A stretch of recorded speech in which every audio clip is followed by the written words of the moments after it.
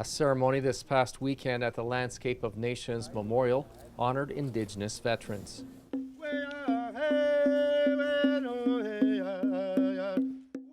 The setting at Queenston Heights was a fitting place to honor the courage and sacrifice of Indigenous veterans that began during the War of 1812 and continues to today. Travis, what was the motivation behind today's ceremony?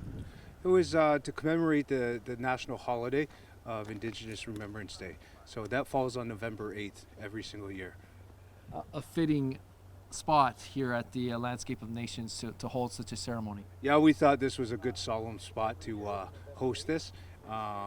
The Landscape of Nations was unveiled in 2016, so we're going to do more commemorative events moving forward to commemorate the Six Nations and their Native allies. So not just the Six Nations, but also the Anishinaabe and the Métis that participated not only in the War of 1812, but wars before that, and also honor some of our currently serving Canadian Armed Forces.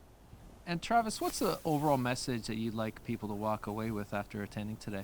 Well, we just want to make sure that the Indigenous representation is being acknowledged, and I think today did a good service to the people currently serving, as well as to the warriors that lost their life and sacrifice in previous wars. Well, it's personally very significant to me to come here and honor the veterans here, and as I was mentioned, in the name of my grandfather, my father, we come from a long line of warriors, but we also come from a long line of peace builders, and that's what I was trying to encourage people to think about. Hopefully this monument will last a long time, but maybe peace will last longer if we put our minds to it.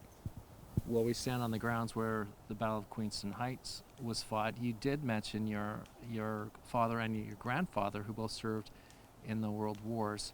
What do you know of their service? Well, it's been a little difficult to track down excuse me. It's been a little difficult to track down my grandfather's war record, but I remember the stories he told us when I was young. He fought in France, fought against the Germans there. My father was in the U.S. Navy. He fought in the Philippines. He was a deep-sea diver. When it came to me, it was a little different strategy because I wanted to believe in peace more than war.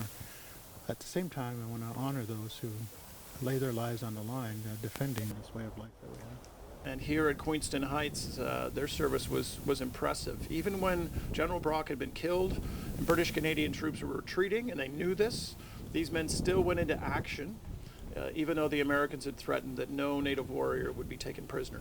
So against overwhelming odds, the enemy holding the high ground, they still went into action. For about 4 hours here at Queenston Heights, they fought by themselves against overwhelming numbers before the British and Canadian troops got reorganized, came back in strength, and won the day. So that level of bravery and sacrifice, pretty impressive. Are there some specific names that we associate with the Battle of Queenston Heights? Well, the two leaders who are honored here with their statues is Tanan Hogerwin, or John Norton, and Eowet, or John Brant.